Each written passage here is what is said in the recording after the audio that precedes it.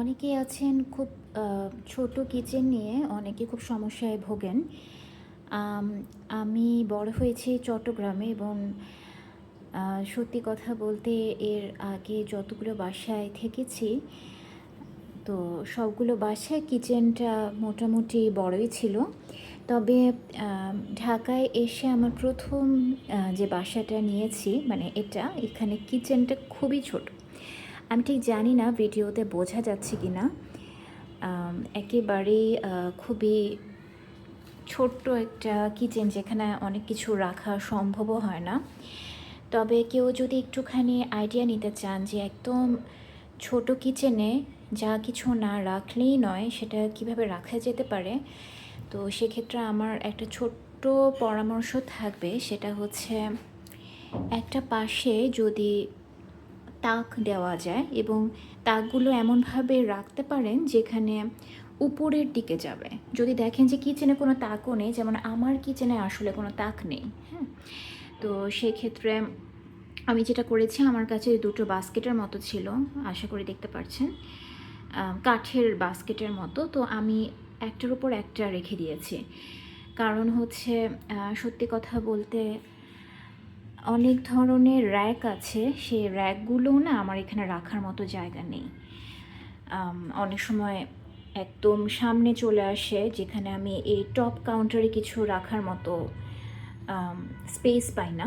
তো সেক্ষেত্রে হচ্ছে আমার পরামর্শ থাকবে, আপনাদেরও যদি এই ধরনের সমস্যা থাকে সেক্ষেত্রে এমন র্যাক বানাতে পারেন বা কিনতে পারেন যেটা হচ্ছে একটু সামনে স্পেস রাখবে, কিন্তু উপরে উপরে আপনারা ইচ্ছা মতো র্যাক রেখে বা তাক বানিয়ে রাখতে পারেন এবং সেখানে মশলা বা যা কিছু আপনার প্রয়োজন সেই সমস্ত ছোট ছোট বয়ামগুলো রাখতে পারেন। আমি যেমন নিচে রেখেছি একটা ছোট্ট ছোট বলবো না, একটা মিডিয়াম সাইজ বয়ামে একটাতে আমি রেখেছি প্রতিদিনকার ভাতের চাল, একটাতে পোলাওয়ের চাল এবং আরেকটাতে হচ্ছে অন্য এক ধরনের চাল, যেটা আমার হাজব্যান্ড সিলেটি, ওরা বেশি খায়, তো ওই চালটা আমি এখানে রেখেছি।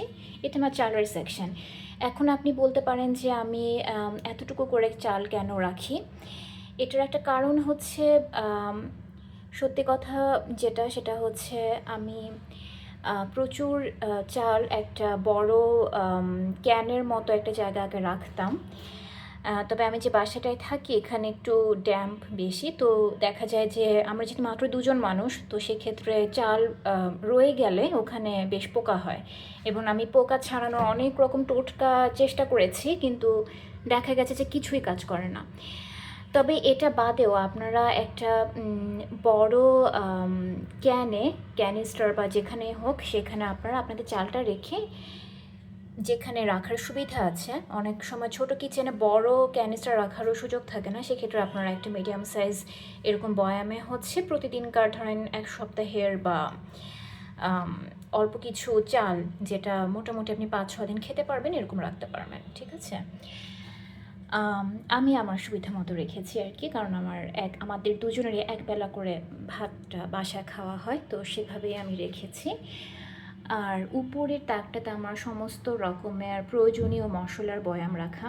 আমি মশলার বয়াম চিন্তা করছি ঠিক করব, কিন্তু যে ধরনের বয়াম আমি দেখি সেগুলো আসলে আমার সবগুলো বয়াম একটা জায়গায় রাখার মতো নেই, তো এই কারণে আমি ছোট ছোট যে মোটামুটি সাইজে কুলায় এরকম ধরনের এগুলোতে আর কি রাখছি ছোট্ট ছোট্ট।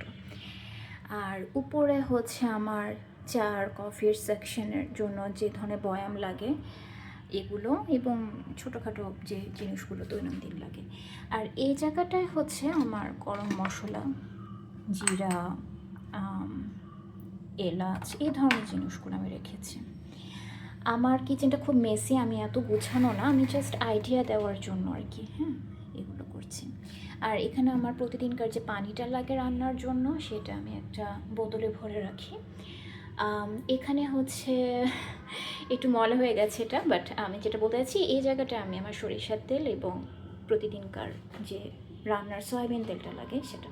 আমি যে বাসে উঠেছি আমি ঠিক জানি না, আগের ভাড়াটিয়া এতটাই ময়লা করে গেছে যে আমি হাজার চেষ্টা করে এটা তুলতে পারছি না। আচ্ছা, যাই হোক, তো এই তো আমার ফিল্টারটা আমি এখানে একটা কোণায় জায়গা করে রেখেছি। আর আমার সিঙ্ক খুবই ছোট, রাখার একেবারে জায়গা নেই। তো আমি একটা আরএফএল আই গেস ওখান থেকে একটা র্যাক নিয়েছি, যেখানে আমি বাসনপত্র ধুয়ে ওটার উপর রাখি। নিচে রেখেছি হচ্ছে পাতিলগুলো। টেকনিক্যালি আমি দোতলায় থাকলেও এটা নিচের তলার মতো কাজ করে। তো মাঝে মাঝেই দেখা যায় আমি যতই পরিষ্কার রাখি না কেন, দু একটা তেলাপোকা চলে আসে। তো এই কারণে আমি সব কিছু উপর করে করে রেখেছি। আর এই জায়গাটায় হচ্ছে আমার টুকিটাকি যে জিনিসগুলো রাখি আমি, যেমন পাস্তা, আর আমার মেথি লাগে অনেক, সেটাও আমি রেখে দিয়েছি এখানে। আর এখানে আমি কিছু যে হুকগুলো কিনতে পাওয়া যায় দেয়ালে সাথে স্টিক করে, সেটা কিনে এই ঝুড়িটা আমি বসিয়েছি, যেখানে ছোটোখাটো জিনিস এবং পাতিল ধরার যে টুকরা কাপড় সেগুলো আমি এখানে রেখে দিয়েছি। এই তো। আর এক পাশে ময়লা ফেলার একটা বিন রেখেছি। আমি জানি না আরও অনেক কিছুই করা যেতে পারে, তবে আমার নিজের সুবিধা অনুযায়ী এবং যা যা করা প্রয়োজন আমি সেভাবেই করেছি। তবে আপনারা, আমি যেরকম এখানে একটা কাঁচি রেখেছি যেটা আমার কিচেনের কাজে লাগে, এরকম আপনারা বেশ কিছু জিনিস করতে পারেন। যেটা হচ্ছে এই স্পেসটাকে, এরকম স্পেস থাকলে, তাক নাই কিন্তু স্পেস আছে, সেক্ষেত্রে আপনারা ড্রিল করে কিছু জিনিস, তাক বা কিছু জিনিস রাখতে পারেন, যেখানে আপনার চামচ ঝুলিয়ে রাখতে পারেন, বা এখানে অনেক ধরনের তাকের মধ্যে হচ্ছে মশলা রাখতে পারেন। তবে আমাদের বাসায় ড্রিল করা যায় না, আমার ভাড়া বাসায়, তো আমি এটাও করতে পারিনি। তো আমি একদমই প্র্যাকটিক্যাল কথা বলছি, যে অনেক সময় অনেক কিছুই করা সম্ভব হয় না, সেক্ষেত্রে আপনারা কী করতে পারেন। এমনকি চালের যে ক্যানিস্টার, এটা আপনি নিচে রাখতে পারেন এই জায়গায়। এই ধরনের কিছু জায়গা যদি অবশ্যই থাকবে, অন্তত এটুকু থাকে, তো সেক্ষেত্রে এগুলো এই পাশে রাখতে পারেন এরকম জায়গায়। এই তো। আমি একদম ছোট্ট মিনি কিচেনের অর্গানাইজেশন কী ধরনের হলেও হতে পারে, একদমই মিনিমালিস্টিকভাবে, সেটাই আসলে দেখিয়েছি। আর যার যার মতো করেই সে আসলে সাজাবে সব কিছু। এই তো। আর যদি কিছু জানার থাকে কমেন্টে লিখতে পারেন। ধন্যবাদ।